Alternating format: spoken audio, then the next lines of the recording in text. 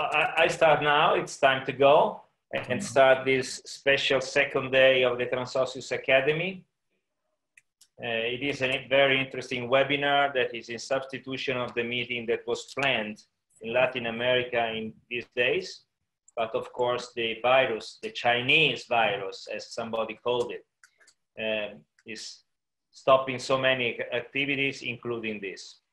But we didn't lose any enthusiasm, and we found a very good solution, because with this webinar that we develop into different sections, we are developing now and spreading the experience about transosseous rotator cuff repair.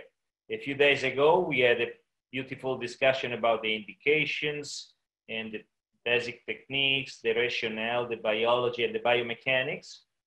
Then we gave to the audience the option to go and visit on our platform and see the videos about the technique in order to understand exactly what we are talking about.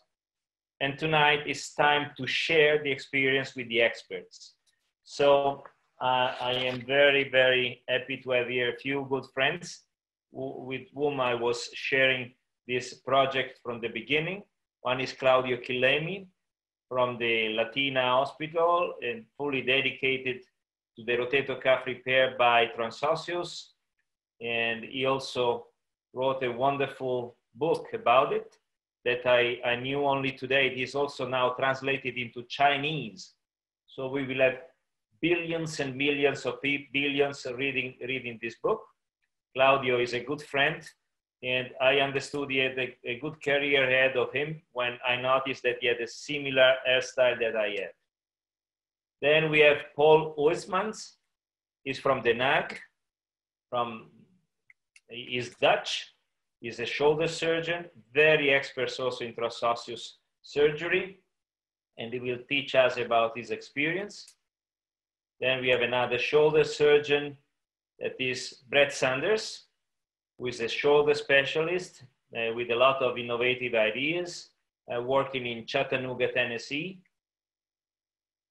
And then another great friend since ever, Kany, who is from Toulouse, and is a very, very good shoulder arthroscopist. He provides a lot of videos, live surgeries, and so on, and also participating into this exciting project. So thank all of you for being here, and I will tell all the audience, the participants, to ask questions to them after a very special and unique event, because I can say that I am honored, pleased, and happy to introduce my mentor and friend, Steve Snyder. Steve Snyder doesn't need any presentation. He is one of the fathers of the shoulder arthroscopy technique. And I was lucky very much when exactly 30 years ago, I went to visit him. And it was the best experience in my life in terms of technique, learning, and also human experience. Because Steve is not only a great surgeon, he's a great teacher. He spent and dedicated his professional life to teaching other people with the biggest commitment. And then he is also a great man. And I am proud and honored to be his friend too, and not only one of his pupils.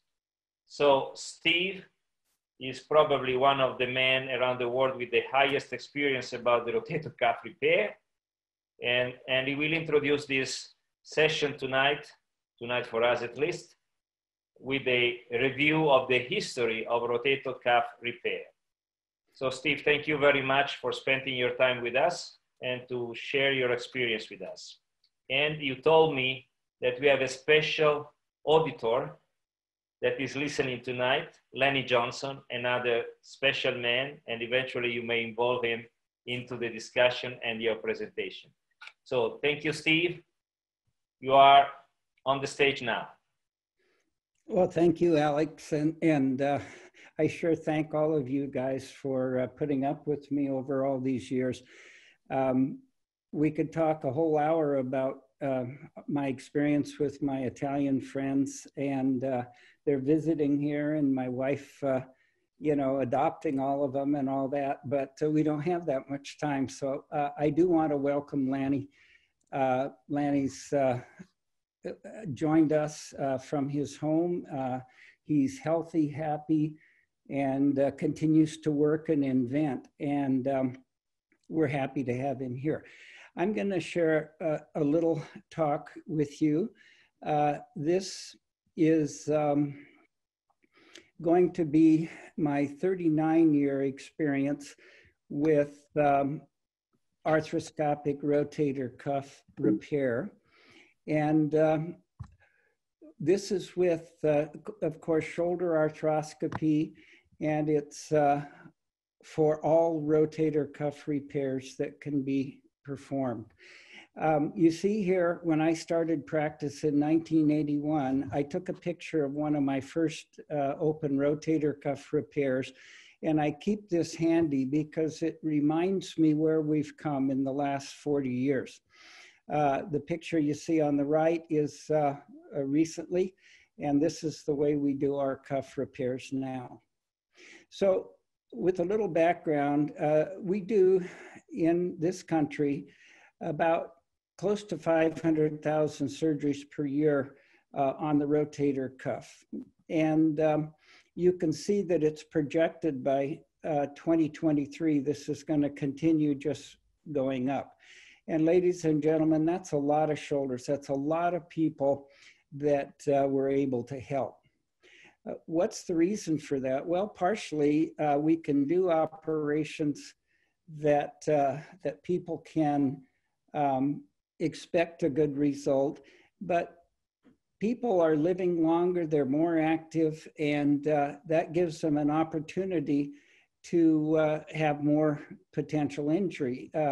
Tissues aren't made, tendons, ligaments, and other soft tissues aren't really initially programmed to last this long. So we have to do something to help out. So we'll go back to the beginning, back with Dr. Codman, who did the first rotator cuff repair in 1909. So that was quite a while ago. And Dr. Codman was what they call a firebrand, or he was not a conformist. He's a little bit like Dr. Johnson in that if he saw a problem with something, he would find a way to fix it. And he insisted, though, that just fixing something wasn't enough. We had to have patient follow-up. So he recorded every one of his cases. And as a result of that, he was able to give us good data on what happens when these things are fixed. So he did 30 years of study with a lot of passion, but very few people were early believers or followers. He was just too radical for his day at the time, and he published his book documenting his case reports so that he would share it with us all. He wasn't able to even get the book published because it was too radical, so he self-published it back in Boston.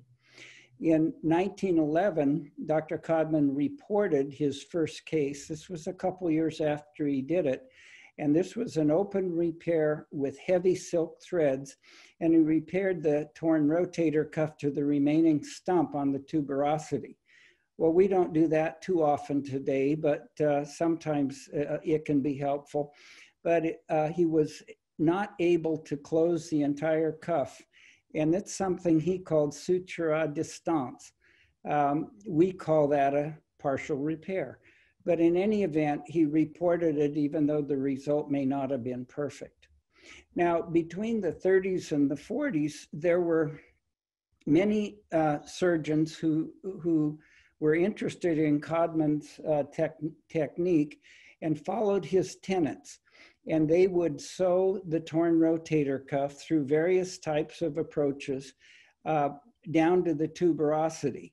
And this was really important, but all of them required some release of the deltoid muscle, which then incited an additional trauma. This was truly, though, a transosseous repair. If you look in the right-hand picture, it was a single row transosseous repair, And these gentlemen, I might say, were brilliant. So along comes the arthroscope in 1931, and Michael Berman was the first one to use it in a cadaver specimen. Lanny Johnson was shortly thereafter, Dick Caspary, and Dr. Wiley from Canada. There were many other doctors, including some of these people, Howard Sweeney and Andrews.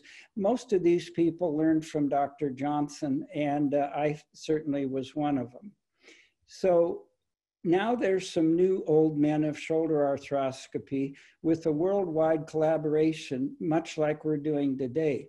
You'll recognize a lot of these faces, particularly the smiley one in the middle with the shiny head. But Steve Burkhart, Jim Ash, Pascal, Laurent, wonderful, wonderful colleagues and excellent surgeons and teachers.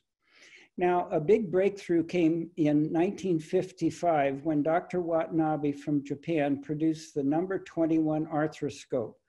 It's remarkably similar to the scopes we use today, except for one major thing. On the end of the scope, he had an incandescent light bulb. And this tip would sometimes break, and believe me, that would cause some problems. One of my first operations in the knee, when I started in practice, was to take a broken light bulb out of the fat pad.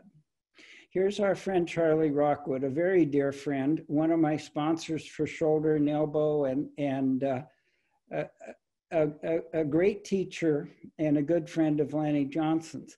But Dr. Rockwood was a little feisty, and I went to visit him when I was just starting in arthroscopy, and I'll never forget the words he said to me. He watched some videotapes while we puffed on a big cigar in his back room, and he said, "You're onto something here, son. Just be careful." He says, "People will believe you." And I take those words to surgery every day.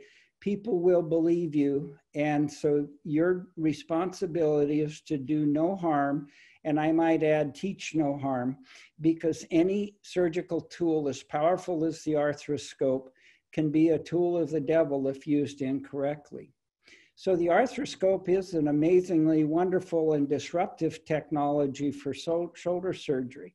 What is disruptive? Well, it's one technology that displaces an established technology and shakes up the industry. So the arthroscope is that type of tool. It's a lot like the iPhone, a completely disruptive technology for the computer world. But what about this little gem, the Apple Watch? Truly disruptive and truly magnificent in helping us with our daily lives. But the arthroscope is special because it gives us all superpower. It gives us the ability to look inside the shoulder joint through the muscle capsule and into the joint without having to damage those tissues. Now, the video arthroscope came about around 1982. Prior to that, the Hitachi company made a large 14-pound camera that Lanny had mounted on an overhead pulley mechanism in his operating room so other people could watch. But the development of the 3-chip camera was truly revolutionary. And the trouble is that really hasn't changed much in the last 40 years. But just wait. There's a product coming down the path that will be available in the next few months, made by a company called Pristine. Full disclosure, I've helped with this product for about almost 9 years. It was the brainchild of a surgeon named Mike Gatellis in Chicago. It's a single-use scope. You use it once, it comes pre-sterilized, has a camera and a scope, and it's sterile and disposable. Everything you see on this is similar to the iPhone in that it has a chip-on-tip technology, a 1080p sensor. It has LED rather than fiber optic lighting. All the images are captured in the cloud. It's the same size and the same viewing angle as the scope we use today. So we're looking forward to that. It'll save us about 20% on every case we do. And since it comes sterile and disposable, there's no need to worry about that. Now, essentially, all our operative arthroscopy requires a motorized shaver and resection tools. So Lanny Johnson was the first one to come up with this. And around 1976, I think, was when we first were introduced to this. I was fortunate in that I was doing some hemophilia surgery at orthopedic hospital, and I had to do synovectomies. And I was cajoled by my senior partner, Dr. Jim Fox, into staying in Los Angeles when he and Lanny were testing the synovial resector for this system. Dr. Fox looked me in the eye and handed me the prototype, and he said, "Steve, if you stay with us in Los Angeles and join us in practice, I'm going to let you use this on your hemophilia patients." And that's what sold me. So again, Dr. Johnson was the one that got me to stay here. Now, modern open surgery was, of course, also pioneered by Dr. Charlie Neer. And in 1972, he wrote about doing an acromioplasty, a very important part of surgery in a lot of our rotator cuffs. So you remove the front of the acromial spur and sometimes the tip of the clavicle to prevent impingement syndrome. And he published that. Some of his former believers, you can see here, debunked this, said, well, we don't believe it's really necessary. I believe in this, and I think in many cases, I think like every surgery we do, it has to be idealized for the patient and not necessarily just because we can do it. Here's another one of our orthopedic heroes. This is Harvard Ellman, who worked just over the hill here in Los Angeles. 1986, Harvard was considered the professor of shoulder surgery. He was an open surgeon who embraced Dr. Johnson's teachings with the arthroscope and shaver, and first taught us how to do subacromial decompression and using an anterior acromioplasty. Harvard came to my office and we made some videos, and back in 1986. Now, for those of you who really don't believe in decompression, I think that's fine, but please don't think it's an all or nothing situation. We reported this in 2004. We called it a acromial keel like a keel of a sailboat. It's a nasty spur that occurs under the acromion and damages the cuff, as you can see on that MRI scan, quite severely near the muscle tendon junction. If this spur isn't taken away, no rotator cuff repair you ever will do will survive. So please don't take that as the fact of the system for subacromial decompression. It's important. Everybody knows Christian Gerber. Christian, again, taught us a lot about both open and then arthroscopic surgery, but he's a true shoulder scientist. And he developed the concept of the critical shoulder angle. And Christian said, if the acromion extends too far laterally, and especially if it angles down and creates a critical angle, maybe this is what's causing rotator cuff damage. And what he determined was a critical shoulder angle more than about 35 degrees was likely to cause shoulder impingement and then cuff tear.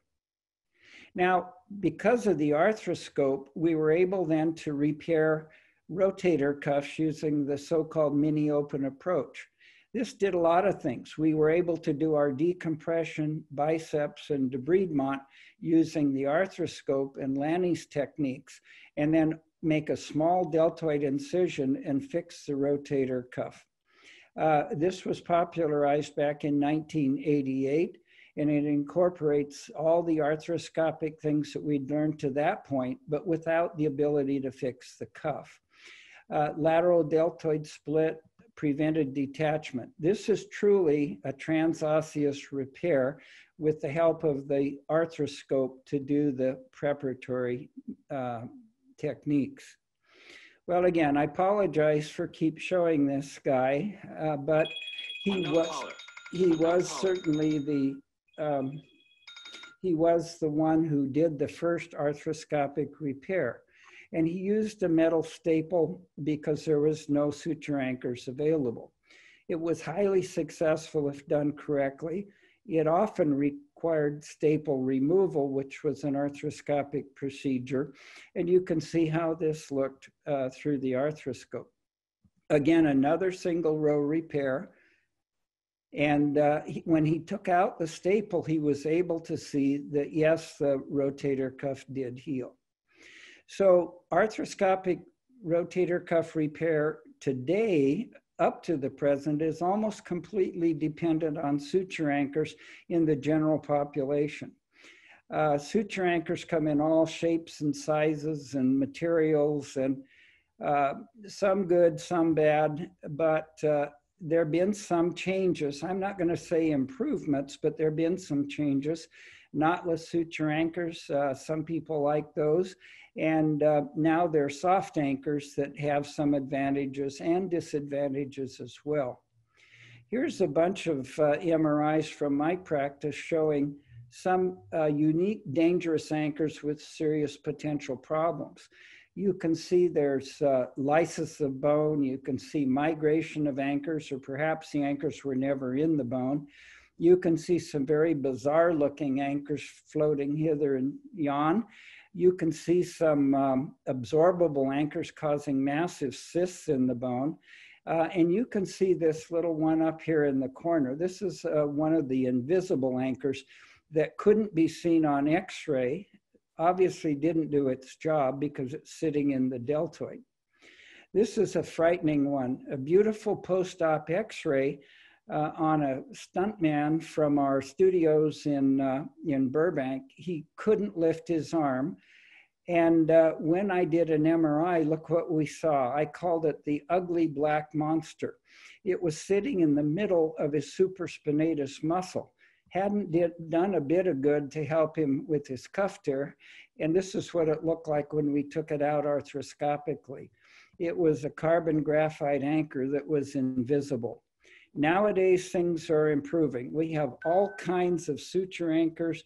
We have all kinds of stitchers. And most importantly, we have now new tools to be able to perform this without dangerous anchors.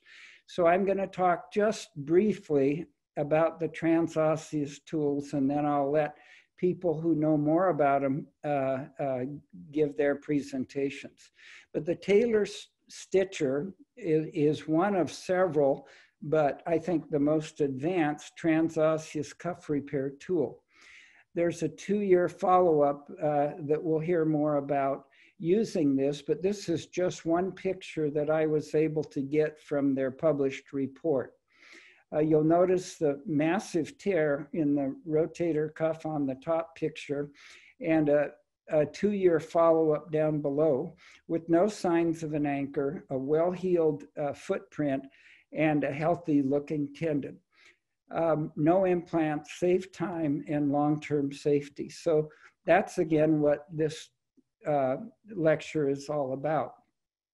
How do you learn to do arthroscopic cuff repair? Well, not everybody can visit Dr. Johnson or Dr. Castagna. So you need to read and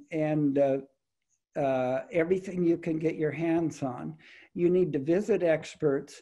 You need to watch videos on ViewMedi, OrthoBullet, arthroscopic techniques with Anna, and also the Academy. And you need to attend arthroscopic meetings. So cadaver models and workshops are important. Here's a little tool that we've put together. We call it Alex the Shoulder Professor, and we started this back in 1986. You can watch from right to left here the different iterations of Alex. Alex has grown in stature around the world for training people.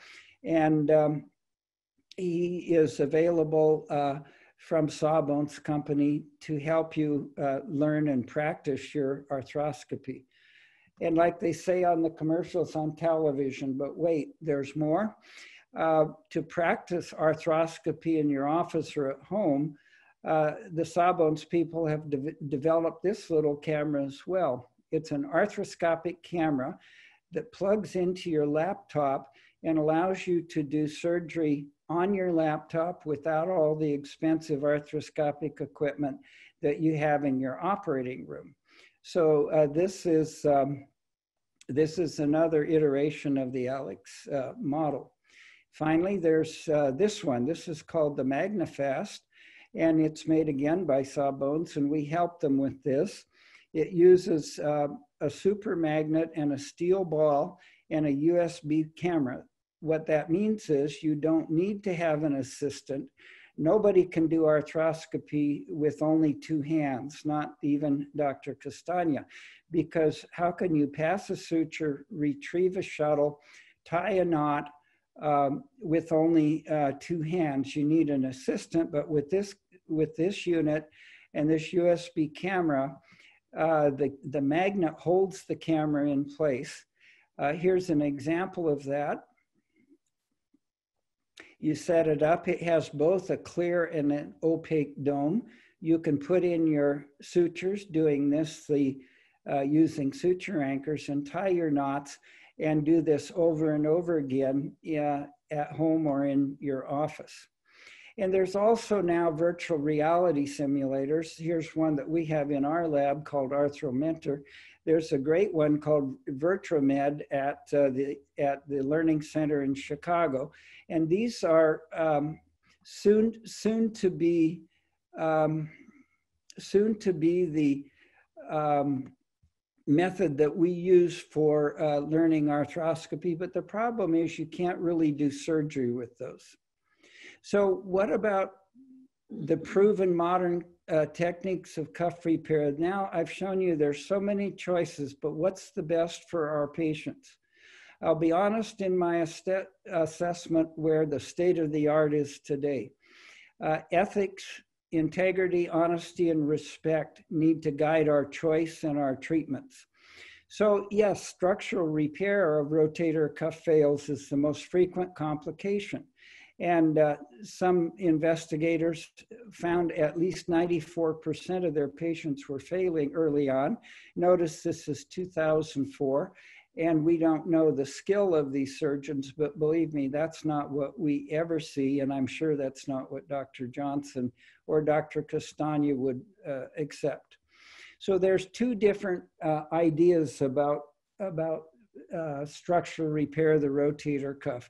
Certainly to repair a torn cuff would be ideal, but repair is often not possible. Repair means to restore the tendon to a sound condition after it's been damaged. I don't think that's possible. If you tear something like a tendon, the end of that tendon is degenerative, it's damaged, and as Dr. Castagna showed us in some of his early biologic studies, that tissue is dead and will not grow. So he showed us how we have to trim off that tissue, and there have been plenty of other papers that have shown us that, particularly from the Asian literature. So regeneration is the other option. If we believe in regeneration, which is the ability to recreate lost or damaged tissues, organs, or limbs, then we can believe that we can do a lesser restorative repair. And this is, I think, very, very important for all of us to understand. Regeneration requires a bioscaffold, stem cells, and growth factors. That's how we regenerate things. Here's a rotator cuff repair done at the medial edge of the tuberosity. There's no tendon at the footprint because that tendon has been debrided. Here's what it looks like when it regenerates. You can see where the sutures are, and the entire footprint, which is the right side of this picture, is regenerated, just like you see on this picture. And I'm going to show you quite a number of these as we go through. So this is what we call the SCOE row concept. It's not a single row, it's different. And this is what a SCOE row concept consists of.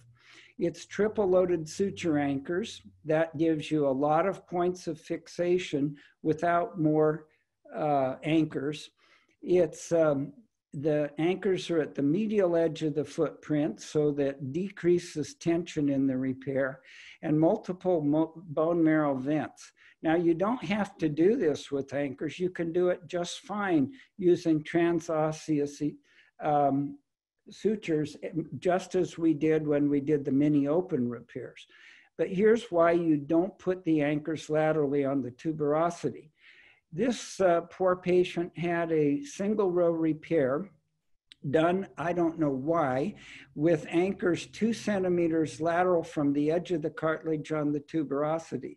Of course, that caused high tension in the repair, and of course it failed. And as a result, we had to then revise this, putting the anchors at the edge of the tuberosity where they belonged. Never put the anchors out here. This is an absolute disaster, asking the rotator cuff to heal when it's under severe tension with, in this case, a single suture per anchor. Now, how about crimson duvet? It's really nothing more than bone marrow that sends a clot from the tuberosity. The clot is a deep, rich color, hence the name crimson, and a duvet is a fluffy quilt that looks like the thing you see on the right. As we know, there's a gold mine of bone marrow inside the greater tuberosity. All we have to do is release it, and it'll form a clot that covers the rotator cuff and footprint and allows it to repair. So regeneration, in my opinion, is the key. Why not? Mother Nature knows best how to heal things. She knows the right concentration, timing, the factors that are needed, and who could disagree with Mother Nature? The bone marrow clot is free. There's excellent laboratory data, some of which I'll show you. There's excellent clinical data. It's safe and it doesn't burn bridges. So the key to this, one of the keys, of course, are the stem cells that come from the bone marrow, but also the cell mitogens, or the so-called platelet factors, that are growth factors that direct the symphony of healing. Without those, the stem cells wouldn't know what to do. Here's an example of a little patch I put on a failed double row repair. I poked some holes in the tuberosity and turned off the water, and look how that bone marrow, you know it's bone marrow because there's little fat globules. And if we look under the microscope, we see stem cells, platelets, and a fibrous stroma to hold the stem cells in place. Now, like I said, there's lots of data to prove this, but our time is not limitless, so we'll just talk about a few things. Here's one study which was a meta-analysis. This is a pooled repairs of 152 cases. There were, unfortunately, 18% failure in these. We don't know the type of surgeries that were done, but when bone marrow vents were used and a crimson duvet, there were almost 20% failure. Unacceptable. But when there was no crimson duvet, no bone marrow stimulation, no tuberosity perforation, there was almost twice as many failures. So this is a picture of bone marrow vents, and the conclusion from this study was bone marrow stimulation, which is another name for bone marrow vents or crimson duvet, showed healing in almost twice as many. This is what we mean by regeneration. In our patients, and we have several hundred of these post-op MRIs that show that since I always put the anchors at the edge of the cartilage, the footprint which regenerates is always present on the post-op MRI scan when these patients heal, and most of them do. Now, I don't want to give you the idea that I don't think double row can work. There are many excellent looking patterns and creative rotator cuff repairs that are available. They look great. They have excellent footprint coverage. They have strong initial fixation, and cyclic stress resistance is excellent. But the choice is yours. Do you believe that cuff healing requires cuffing and compressing the entire footprint? If you believe that, then you have to do some sort of a double row repair. With my experience and that of Dr. Johnson and many other modern doctors, that's not necessary. Here's an example of that from Dr. Joe. He shows us that in his study of patients, 96% of these patients healed when he made what he called multiple channeling, which is again bone marrow access portals, and 64% healed without. So almost not quite double the number healed with his multiple channeling. Here's an example of a 54-year-old psychologist. She tore her rotator cuff. It's not retracted much. Yes, we could have done the double row repair there probably without too much trouble. We did a single row repair. We made some bone marrow vents. We got a nice crimson duvet. We got stem cells, platelets with growth factors. But in addition to that, these little holes remain as vascular channels so that we get ongoing bone marrow and blood flow to nourish the rotator cuff tendon while it heals and thereafter. Unfortunately, this lady had an accident 7 weeks post-op. She tore her cuff, but take a look at her MRI scan at that point. You can see the bone marrow channels.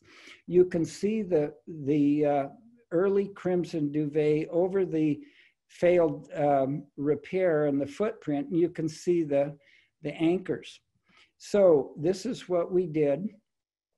We looked back inside. This is at 8 weeks now post-op. Her footprint was completely covered with a healing tendon. We biopsied, sent it to Steve Arnosky to look at it, and look at the fibroblasts available for our review. And 3 months after the redo, here she is again, completely healed. So again, the literature tells us here in this important study, happened to be in rats, that not only do you get a fibrous footprint, but you also can get chondrocytes and metachromasia after drilling the tuberosity to help form an enthesis that more closely resembles the normal footprint in a patient. No, I don't think you get a normal footprint. In fact, I was challenged one time by a famous Midwestern orthopedic surgeon. He says, Steve, you're just getting scar tissue there. Well, I don't think that's true. I think any kind of healing you'll get will be less than ideal, but it's better than anything else. Everything you do in the body heals with scar tissue, and God willing, it'll be healed. Here's a patient that I did, happens to be an orthopedic surgeon. At 12 years post-op, he came back because his biceps tendon hurt. Yes, this is scar tissue. This was a 3-anchor repair back in the days when we only had 2 sutures per anchor, single row right at the edge of the cartilage. So the future of rotator cuff repair and treatment, there's all kinds of new techniques that are going to help us. Patients are going to be easier to monitor. We're going to have new nutraceuticals to help. We're going to have new tools. We'll have better follow-up, and that's the future of medicine. But what about when it comes to something like this? I mean, this is a diabetic foot, and all of us will agree that's not likely to heal. We'll probably need an amputation. But how about if we use a little bit of magic? We do a skin graft. We use some of the nutraceuticals that people like Dr. Johnson and Dr. Castagna and the doctors at Special Surgery are developing. Maybe we can get it to heal. For the rotator cuff right now, there are 4 possible solutions when you have a cuff that just won't reach the footprint area. So you can either repair it but you put a lot of tension, you have to do a lot of releases, and this is very risky, particularly if you try to do a double row repair. You can repair it and augment it if there's enough tissue to do that, and that's been very popular and getting more so with the new grafts that are coming around. Or you can replace it, which is something I've been doing for quite a few years using an allograft. But what about this? What about superior capsule reconstruction, where the allograft, the same allograft we use for replacement, is instead of hooked to the cuff, it's hooked to the tuberosity and functions as a superior capsule or a ligament. Well, the jury's still out on that, but it looks like that may be a good option too for some of our cases. Now, the modern grafts we use are extracellular matrix allografts, all dermal, acellular human dermal allografts. There's some available from other animals. They're called xenograft. I won't talk too much about those because I don't know too much about them. All of these grafts have collagen, elastin, fibronectin, proteoglycans, growth factors, and abundant vascular channels. Without all those things, they wouldn't be as useful. There's a bunch of them on the market. They have different names, but they're all pretty much the same. The original one we used was Graft Jacket. Now we use some of the other ones, but they all have the basic structure. They're all now come pre-hydrated, ready to use. And I think the biggest difference is in the price. Each one of us needs to check these things out for ourselves. Don't listen to the people advertise them. Use your own good judgment. And again, the price is a big thing. There's a big difference between $5,000 for one of these patches and $1,000 for the other when they're ideal. The challenge for rotator cuff augmentation, replacement, or superior capsule reconstruction, you have a patch and you sew it in place. The scaffold must rapidly attach to the bone on both sides if you do a superior capsule, or to the tuberosity in the stump of the cuff. It must attach firmly to bone. It needs to attract and support appropriate stem cells, and there must be tissue regeneration. We have to believe in regeneration because this graft has no tissue, no cells of its own, so it has to regenerate.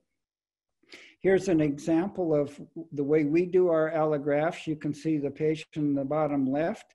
He doesn't have any rotator cuff except a small bit that's stuck up under the AC joint. We put in a patch, lots of stitches, we hook it to the bone, and it heals. Here's another patient, plumber, elevator mechanic, 38 years old, no rotator cuff, failed open repair.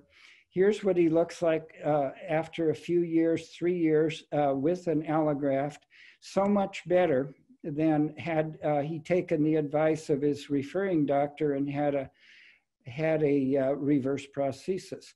Better to do an allograft, if possible, in a younger patient.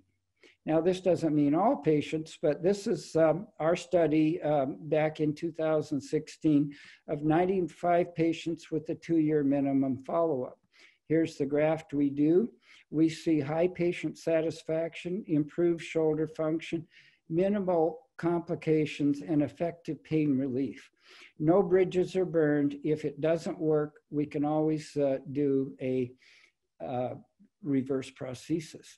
Now, Dr. Burkhardt and his esteemed team did a study early on. This was using their early techniques and early grafts, and they published this using the crisscross double row type attachment to the tuberosity and medial sutures to the glenoid. They did a partial cuff repair when possible, and the glenoid rim was where they attached her. So based on their first report, MRI showed 45% of these were healed, complete healing, and then several of them had partial healing.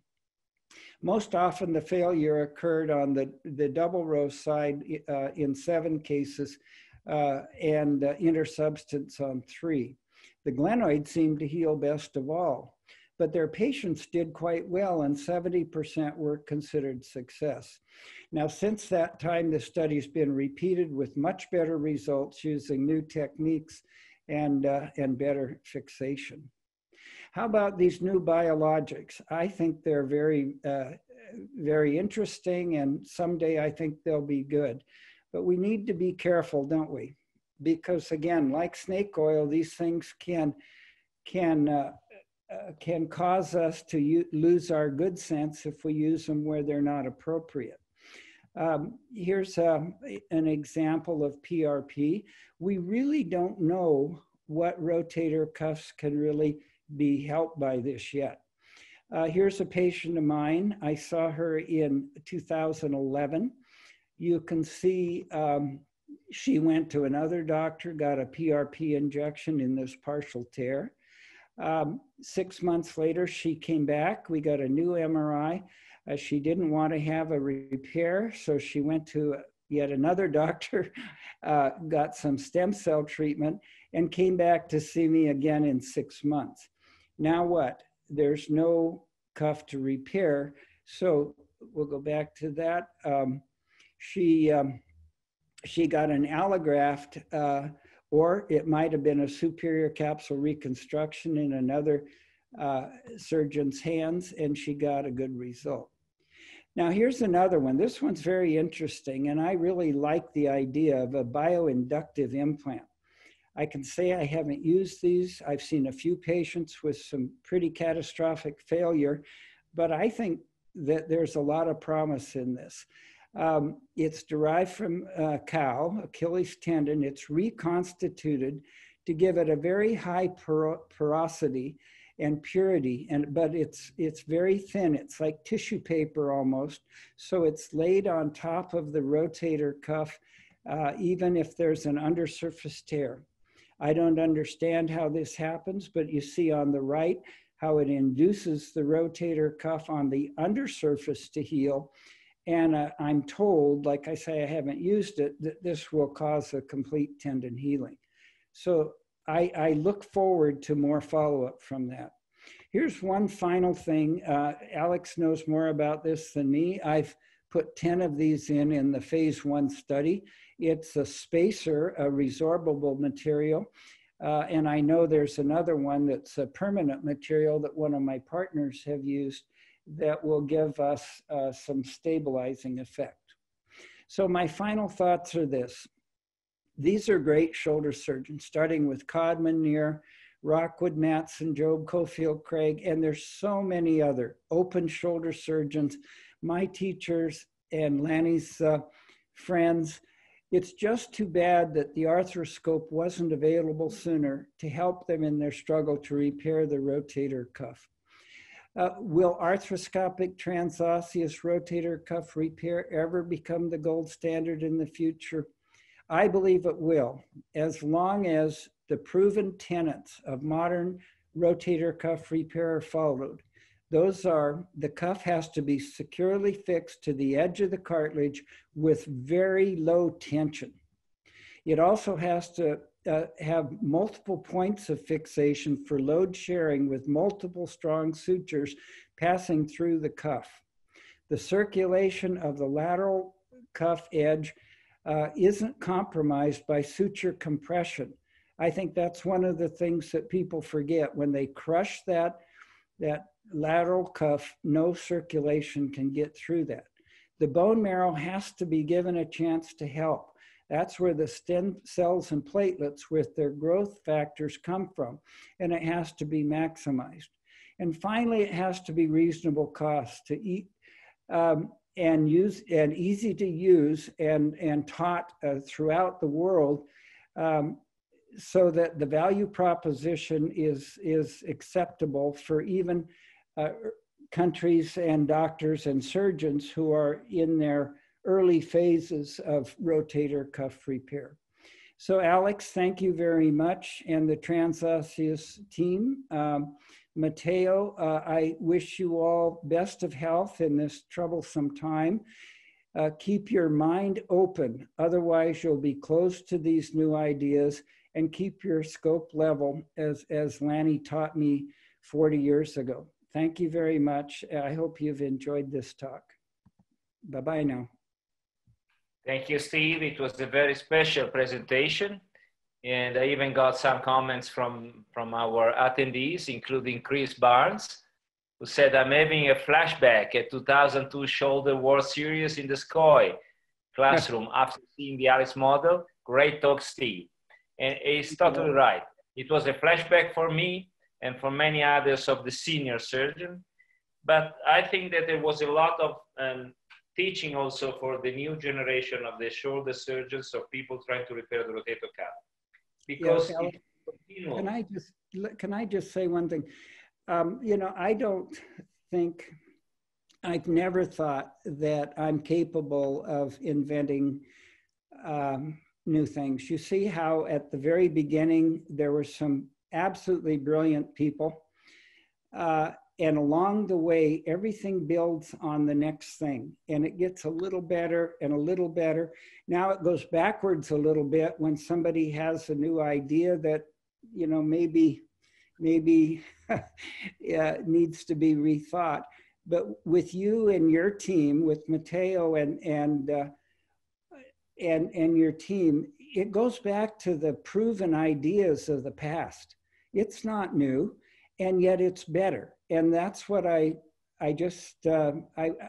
want people to know. I do things my way because I haven't been taught to do it your way. And I've got a few more years to do this. You know, I can be taught. I have an open mind. So Matteo, get to work. Yeah, you touch exactly the point. I call this the swinging pendulum. We started with open transosseous, mini open, arthroscopic with anchors, multiple anchors trying to mimicking the transosseous repair, and now back to the transosseous. It is exactly, we are not making a revolution, but it is an evolution of the experience, the knowledge, and also the technological capability to produce the proper tools. It is exactly the point, this kind of continuity of the thinking and the improvement. So thank you very much, Steve, for this very special overview of the history of the rotator cuff repair that is teaching very much, because if you do not know the history, you can make a lot of mistakes. If you know the history and you take the benefits of the previous experiences, then you can make a lot of solid steps forward. So thank you again. Now it's time to have some discussion with these experts that are part of the faculty. And I encourage all the people listening to the meeting to place their questions. I will be the moderator and making a distribution to it. And with the chat, the question and answers, use this kind of tool in your hands. And I have a question that says, what are the advantages of transosseous system compared to the use of anchors in the rotator cuff repair? And I believe that maybe Jean Kany can give an answer to this. Which are the advantages, Jean, using the transosseous system compared to using the anchors? Okay, yes, Alex, thank you for your question, and congratulations for a very nice presentation of Steve Snyder, because I've learned a lot. As you know, as you said, Alex, when you know a story, you prevent any mistakes, and it's very important for me to know better the story. So the advantage for me of a transosseous suture regarding the anchors, in fact, you reproduce the anatomy and you mimic, in fact, the gold standard of a suture that's described by Kohneman many years ago. But Steve Snyder said that it's very important to have a low tension to prevent failure. I think, yes, of course, with a transosseous suture, you have a low tension, but more of that, you have a very low pressure onto your suture, because one of the enemy of the healing is to have too high a pressure, to have a tension onto your suture, and I'm not sure a double row is very perfect, because you increase the suture, the pressure at each stitch, each anchor. But finally, I think one point is very important with a transosseous suture, because it's a convergent system. As you know, the muscles of the suprainfraspinatus is like a convergent system to the central part of the footprint of the supraspinatus. And when you do one tunnel onto the footprint with a divergent suture, with a convergent fixation, you reproduce the anatomy perfectly. I think this is the best idea of the transosseous suture. Okay, thank you. Thank you for pointing this out. Then I have another question, always about these general principles. First of all, there was a comment here from Brad that is properly, very much appropriate. All the final list of the present and near future for rotator cuff repair that were presented by Steve Snyder are there. Cost effective, reproducibility, biology, everything is included in the package with this transosseous bread. And you really pointed this out very clearly. But a friend is asking us, which are the best indication for transosseous? So maybe that Pol Huijsmans can give a brief answer to this. Yes, okay. First of all, I would say I was impressed with the presentation of Dr. Steve Snyder. It's really nice to see this overview. And also from my teachers, that is the time that they were working and that we were just watching. Now, of course, getting my own experience and seeing again an overview is really, really nice to have. I would say the indications, you could actually do every cuff tear with a transosseous technique, but on the other hand, you mustn't be blinded to just one single technique. And I think as long as you use the principles for a good cuff repair, so good strong fixation, not too much tension, and restoring the anatomy, you can choose whatever you want. I try to do it in every case, but it's always good to have in some cases an anchor. I think Brett also uses a combination of anchor and transosseous. So there's not one good indication, but I try to use it in all my cases. But don't forget to use other techniques if necessary and if useful. So yeah, and even what we saw last week where Claudio Chillemi showed, for example, the fractures, also a good indication for transosseous techniques. So yeah, I would say you can almost fix everything, but don't forget the other things we've learned in the last 40 years, as Dr. Steve Snyder told us. Thank you, Paul. You touched this point of the hybrid repair, and I know that Brett Sanders is expert on that. So, Brett, tell us your philosophy with the hybrid. But since I have a question here for Jose Gonzalez, coming from Venezuela, say, we also need to have a cost-effective option for rotator cuff repair. So please add a little comment about the cost-effectiveness of rotator cuff repair and why you do hybrid and when. Thank you, Brett. You need to unmute, Brett. Brett, unmute your mic. Okay, how about now? There you go. Perfect. Every cuff repair is an optimization problem of trying to find maximum fixation with minimum cost and risk. And this is where hybrid techniques come in. In my area in private practice, we have rebates from anchor companies. There's various pressures to use them. And I conceptualize these as anchor bounded or tunnel bounded constructs.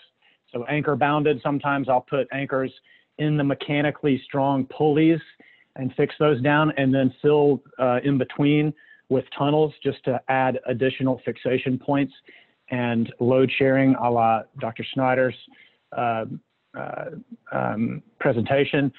And then we also have the true transosseous hybrid technique, which is where you have independent double row fixation backed up by an anchor laterally. So these techniques are not mutually exclusive.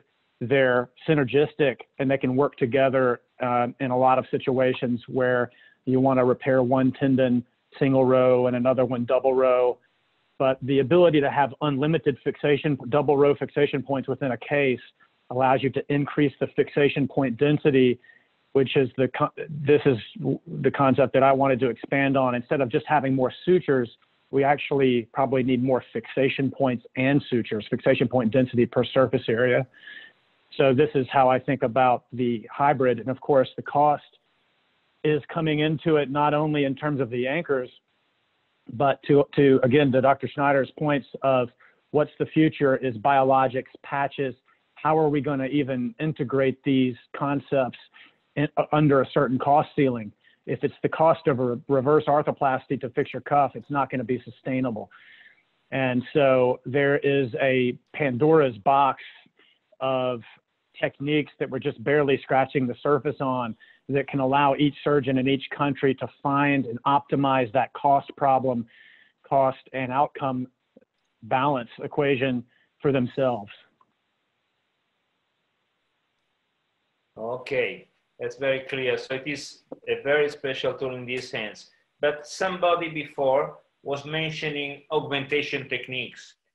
And I'm wondering if there is a possibility of interaction with the transosseous and augmentation, and what we can do and how we can play with it.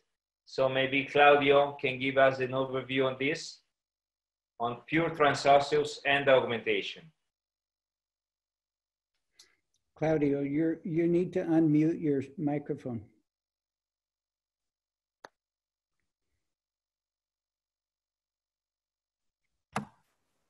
Okay. Thank you, Alex. In agreement with Paul, we can manage all type of rotator cuff with transosseous. I think that the need of the augmentation is when you have some problems with the other side of the lesion, otherwise with the bone. Because I can have a good tendon, but a bad bone. And if you have to manage a bone in a old women or in a young man but with a cyst in the greater tuberosity, may be a problem to fix it with the ankles. And I don't believe that the pure transosseous may protect and I can obtain a good repair. So in that cases, I prefer to use the lateral cortical humeral augmentation that is made of PIC, and all you know is has two eyelets, one medial and one lateral, and so you can manage all your sutures, how many sutures you want, and you can manage in a safe way, because the stress is on the implant and not on the bone. So when you have to manage bad quality of bone, I recommend the use of augmentation. And I think, Brett, that why use an anchors? You have the tunnel, you can reinforce the tunnel and you can manage all the suture with this platform. Because the implant, I think that is a good platform that you can play and you can make the configuration whatever you want. With Alex, we have published a book, we made, I don't know, probably 12, 20, 30 type of configuration, but tomorrow we can play and find another one configuration. I think that with them, you can have multiple type fixation and you can play with the tools to obtain really an anatomic repair. You raise a good point, Claudio, about the bone quality, and that probably also involves somehow Brett. And probably this is an important point. So Brett, how do you assess the bone quality in your patient making your choices? Do you have any algorithm or any advices to give to the surgeons? Well, this is an open question. I've actually tried to talk Matteo into making us a more objectively verifiable way of assessing bone quality, which is correlated to, but not exactly the same as, you know, osteoporosis. we want the mechanical integrity assessed in real time. And I start that with my system with an awl, and it's a variable diameter awl. So if you can push the awl in by hand, then I consider some sort of cortical fixation at the medial row. That's my sort of clinical hack. If you have to use a mallet, then usually the bone is of reasonably sufficient quality, most likely in that 300 to 400 Newton range.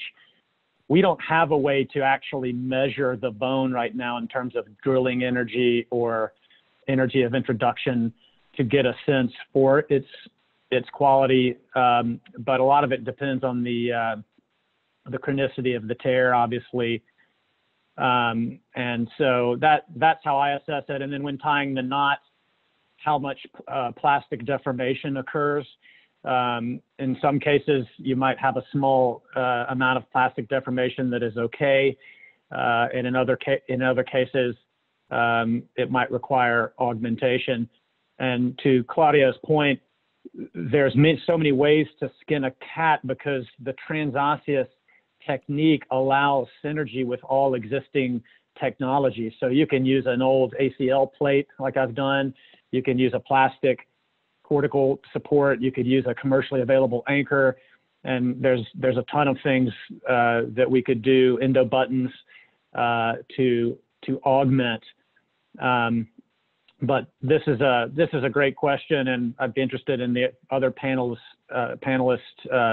opinion. You know, I've found this bone quality problem has become much smaller with the reverse indications, taking the older patients with irreparable cuffs now are getting reverses, and you're getting these, you know, the age range of the patient from 40 to 75. That's a lot of rotator cuffs that have pretty good bone. So this is an open question, you're right, Brett. And I have an anonymous attendee asking, how often does the panel see lateral bone cutout? So very briefly, all the presenters, I mean, Paul, Claudio, Jean, and Brett, quickly. How often do you see lateral bone cutout? I must say very, very rarely. Actually, I only have one where I only did single sutures. It was one of in the beginning, and otherwise I don't have tunnel or breakout problems. Claudio? Quite never. If I make a pure transosseous, I check the bone, and to avoid the cheese grating effect, I prefer to use the tape instead of the cord-like sutures, so to have a better distribution of the stress on the tendon and on the bone. Jean? It's on. Yes, I just remember having 2 cases of fracture, but out of hundreds and 100 cases, so it's not a lot, it's very rare for me. I totally agree with Claudio. When I feel to have a bad bone, when I punch, then I use tapes. And I agree with the fact that tapes allow a very nice repartition of the pressure. And last point, when I knot, I make a very distal incision with my knot pusher, then I am very parallel to the shaft, and then I cannot cut the bone. And finally, I put my knot into the tunnel, and I will have no impingement and no risk of fracture. That's all. And Brett? There's 2 cases that I can remember, you know, out of hundreds of cases. It's usually the vertical suture. The horizontal sutures, if you're doing an X-box, because of the anisotropic properties of bone, I think rarely cut out in the large bone bridge. And with the true transosseous technique that I use, where it's an X-box and then an anchor laterally, you have independent fixation. So I can leave the tails long and then bring an anchor down into the diaphysis, which is always going to be satisfactory. And then you have independent fixation. So that's the beauty of transosseous, that if it cuts through a little bit, it's not like a catastrophic anchor pull out that leaves you with a big void. You can actually leave that in place and do other techniques around it with very little downside. So staying on the bone, oh, sorry, Claudio, you have a comment. Sorry, Alex. In accordance with Jean, the problem is to avoid bony problems is the fact that a shoulder surgeon is confident to tie the knot on the cuff. When you make a transosseous, you have the knot is not on the cuff, but is on the bone. So the direction of the knot pusher is different than with ankles. Yeah, and staying on the bone, this is an important point, Brett and Claudio. Staying on the bone, maybe I can ask Paul, if you do multiple tunnels, do you have any rule or tips and tricks to the distance of the bone bridge between different tunnels, Paul? Well, you know, it also depends on what kind of device you are using and what kind of diameter you make for the tunnel. Of course, if you have a bigger device or a bigger diameter of the tunnel, you cannot do too many tunnels. I sort of try to keep 1 centimeter between the tunnels, according to the study from Caldwell in 1992. They showed that there's a much higher resistance if you make it 10 millimeters compared to 5 millimeters. So I make quite a wide bridge. And the other thing is I use a different device, which we probably will release soon, where you can have a lower entrance into the humeral cortex. And we also know the further you get away from the greater tuberosity tip, the thicker the cortex is. So you have stronger bone, and I make a wide bridge. So, and I don't try to have the pull of the suture into the anterosuperior direction, but more on the bridge itself in the horizontal direction.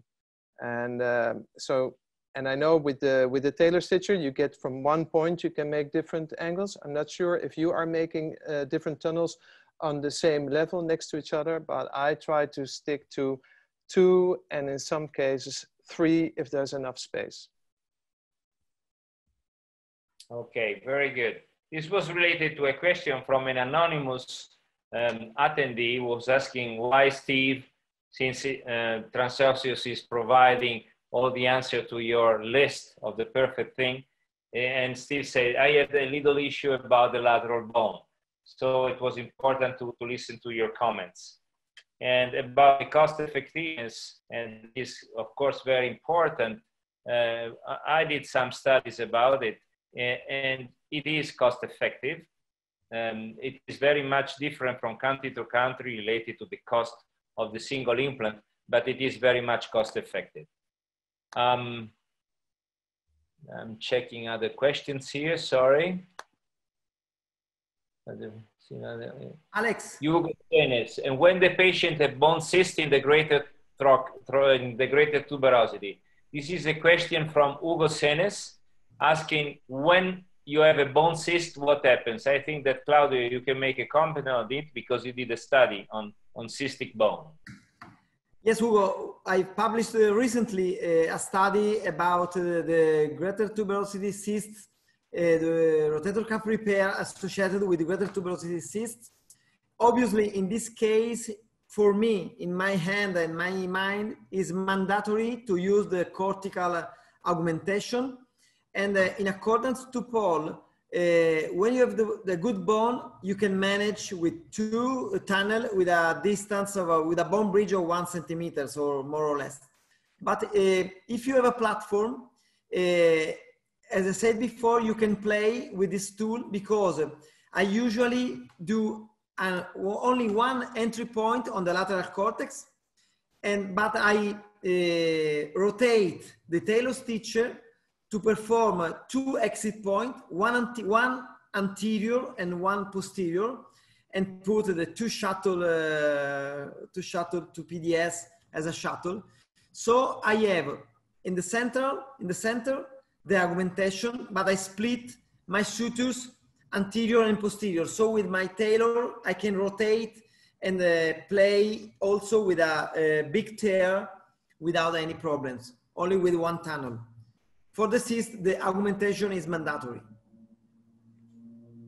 So, and this comment is somehow related to the revision cases.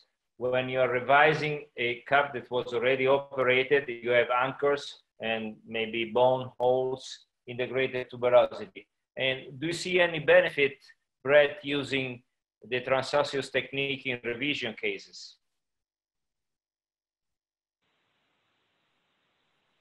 I've used them several times, especially for large bone voids when they peel off a chunk of cortex.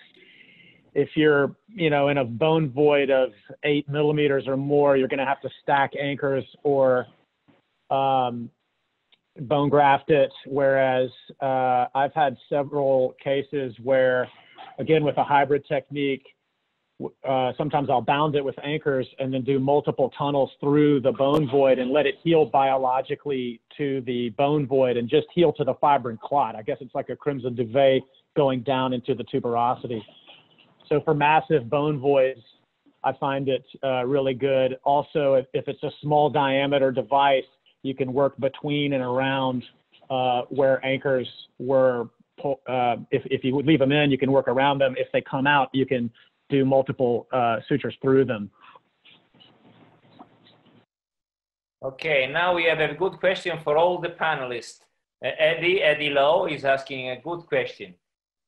First of all, he's happy, and thank you, Eddie, for being with us. And I'm wondering, he says, I'm wondering what makes you decide to make 2 separate set of tunnels for the cup repair versus using 1 tunnel and angling the tunnel.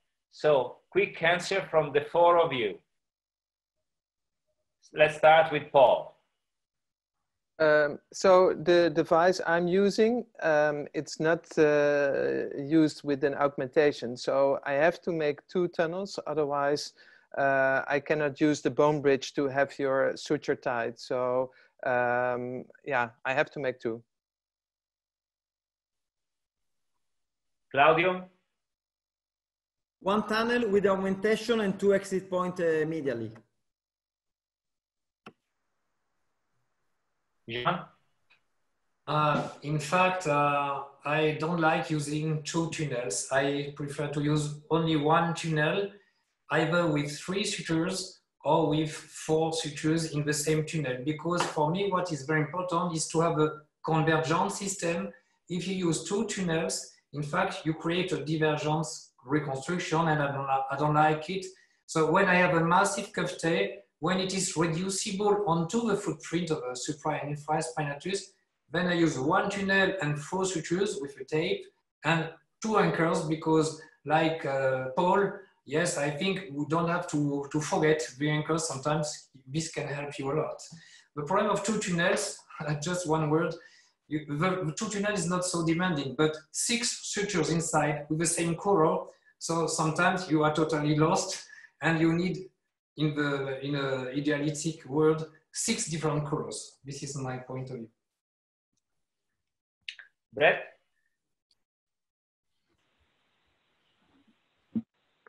I go on a principle-based, concept of a fixation point per linear centimeter. So I'll do 4, 5, or 6 tunnels with a very small diameter, 1.9 millimeter laterally. And so just centimeter by centimeter and tack it down, do the biceps, subscap that way. So it depends. If it's a 3 tendon tear, that will get 5 or 6 tunnels. Okay. And you also may, I heard well, you repair your subscap with the Transosseous.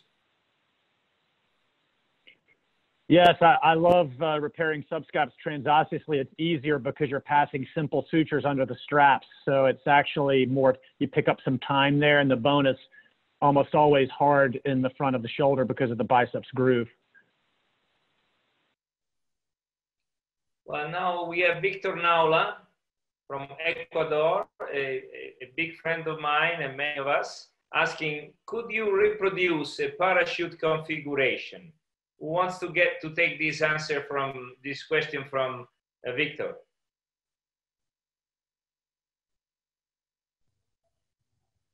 Let's say parachute is popular in the US. Brett, you have a feeling about reproducing the parachute configuration? I'm not familiar with that, but I know that you can, I mean, you can do virtually anything that you can think up, you can do with the suture configurations. So yeah, I believe exactly. You can see with the suture, as Claudio mentioned before, in many different ways. Now, staying also on the issue of bones, sutures, and so on, Brett, what do you think about using resorbable or permanent suture? What is your favorite suture? What do you believe is the best for the transosseous? Well, this came up on a webinar recently with some newer technology, and you know, again, we want to get back to the biology and what is the biology, and this question came up, and I'd be interested in some of the scientists on the call and what they know. But you know, this idea of giving load sharing back to the mechanobiology of the system. You know, we want to step down the gradient of stress, and so we have to have good fixation. We can't be overly tight, but then we probably want to give stress back to the tissue over a time period so that it can have more quality histology of the tendon. So I'm thinking more about using absorbable sutures. I used OrthoCord for a while, which has an absorbable core. And, you know, I think this plays into the combination of permanent sutures with very high stiffness, very focal fixation points with transosseous equivalent repairs has completely induced this type 2 failure where it transects the tendon. So we don't have a lot of options right now, but I'd love to hear the other panelists about the physiology of reintroducing forces back to the tendon as it heals. Claudio, do you want to make a comment on this? Audio, switch on your mic, Claudio. Unmute. Okay, Alex. Well, with transosseous, you can respect the biology. I'm agree with Brett about the holes and the biology of the tendon. You can promote the healing process. And what about fracture of the greater tuberosity? Because I've seen something interesting from you, Claudio. Can you fix it by transosseous repair? Oh, surely, Alex. It's a great management of greater tuberosity fracture avulsion. Obviously, if you have a great fragment, it's better to use a plate, I think. But if you have a small fragment with transosseous, you can manage it like a calf tear. You have to prepare the bone bed of the fracture, and I use the augmentation, obviously. I use 3 or 4 tapes in the tunnel, and I manage the fracture passing the sutures through the tendon, like a repair, tendon repair. And I close like a matrix sutures on the tendon, so I can compress the fracture, the bony fragment into the bony bed of the fracture. And after that, I make a double row repair because I pass all my sutures laterally into the eyelet of the augmentation. And I've managed different type of greater tuberosity fracture avulsion.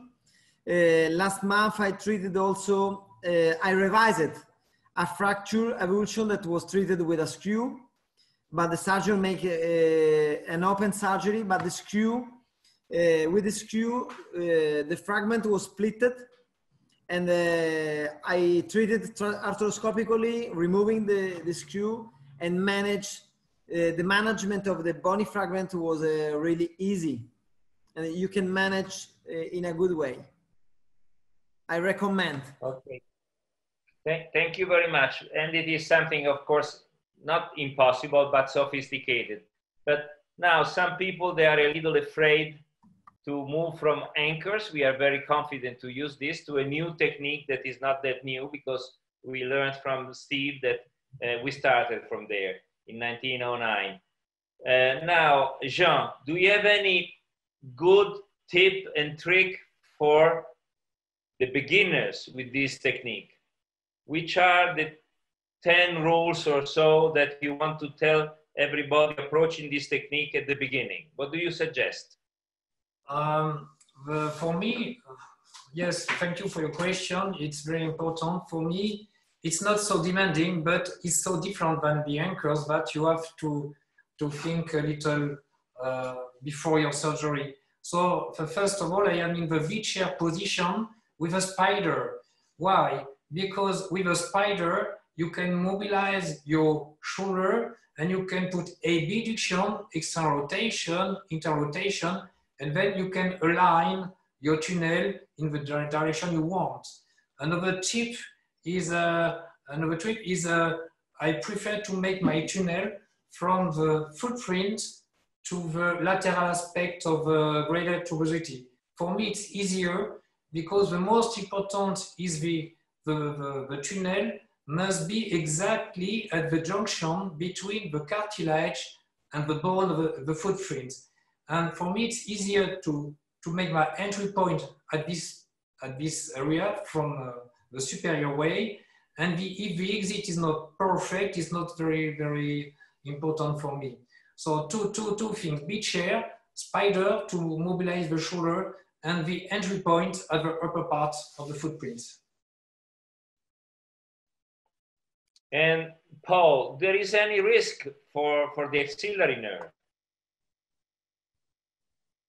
I think there's been quite some research done on the anatomy of the axillary nerve, and especially in the past for the anterolateral open approach, how far they could split down the deltoid, and also for the humeral nails and the plating of the fractures.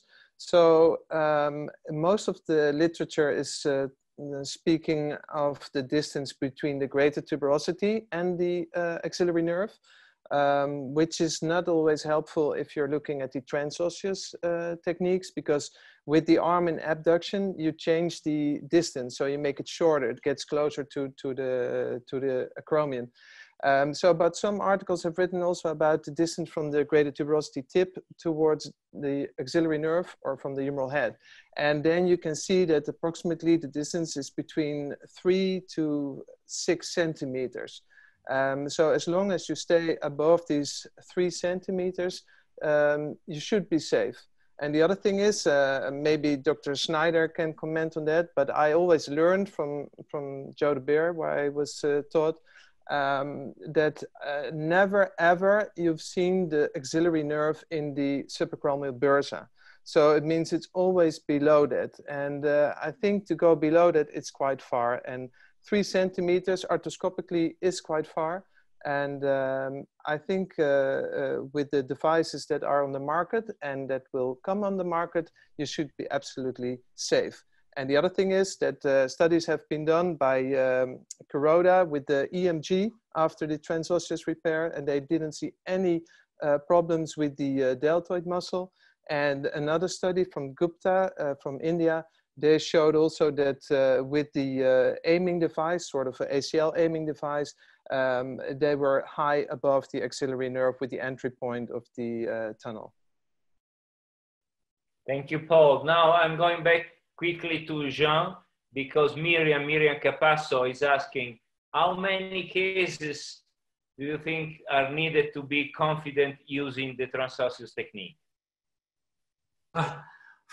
For me, my personal story, 2 cases. So it's very easy. When you understand the system, of course, you have to know how to make anchors from the front, from the back, but it's very easy. My first case it was 1 hour and a half.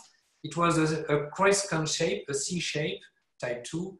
And my second case it was less than 1 hour, and now it's 35 minutes. So 2 cases, and you are comfortable with that. Any comment on this from the other panelists? Alex. Yes. Oh, Paul. About the risk of the nerve. Paul is raising hand. Sorry, Claudio. Paul, and then you. Oh, sorry, Paul. No, just short comment. I think 2 cases is very quick, but the thing is, And that's good, also pointed out by Dr. Snyder. And I think that's something you have to teach yourself with a model, or at least at home. So you don't have to practice in the patient, and you must really, really know on forehand what kind of configuration you're using. I think that's more demanding than with the anchors. So as long as you know exactly on a sawbone what to do, you will be able to do it quick and fast in a patient as well. Claudio? Yes, Alex, about the risk of the nerve. I think that one tips is to stay flat with it. If you use the tailor stitch, you have to make two lateral portal, one superior and one inferior. The distance is fixed because you have the cannula and the targeting that has a more or less 2 centimeters of distance. So the tips is to make the superior lateral portal flush to the greater tuberosity, and then the instrumentation will guide you. For about the experience, okay, Jean is a great surgeon, so 2 surgery may be sufficient for him. Jean, I want to say you my first case that was a nightmare, because I lost the device, I lost the augmentation into the human head. And after that, I thought to become probably a wrist surgeon or an ankle surgeon. But so 2 cases for me were not so much, probably 20. Yes, just an answer, my friend Claudio. Yes, for the first cases, maybe the beginner don't have to use the augmentation, because you increase a lot the risk of complication, and maybe you have to use the bone augmentation after maybe 10 or 20 cases. You're right. This is the point. Well, but I choose to use the first case because I have a cyst, a human head cyst, and so I thought that the augmentation was ideal for that case, to manage that case. But another tip, Claudio, from your experience, do not start with complicated cases, of course. Start with standard cases. Is that right? Anyways, I mean, it is a little bit over 1.5 hours we are here. And Miriam, she's happy with the new instrumentation, and she's right. But I think that we really discussed in a very good way about this important topic for the near future of rotator cuff repair. I'm very grateful to Steve Snyder, because it was a very special presentation. So thank you, Steve. Thank you to all the faculty for the discussion that was very interesting, live, and honest, I should say. And also thank you to the NCS company, because, of course, you know, one of the problems with this technique is that it is not a technique that is selling or producing a lot of money for the companies. So the big companies, they are not interested into it. But there is a message behind that. For those who are asking me, it is cost effective. So draw your conclusion about this. Anyways, thank you again, everyone. And do not forget that in 8 days, on July the 11th, we will have a very special event dedicated to all our friends of the Latin American world. And we will have a lot of time speaking in Spanish and very little in English about transosseous rotator cuff repair. So you have a good day for those who are during the day. Have a good night for those that are in the night. And thank you again, everyone. Thank you. Thank you very much. Bye-bye.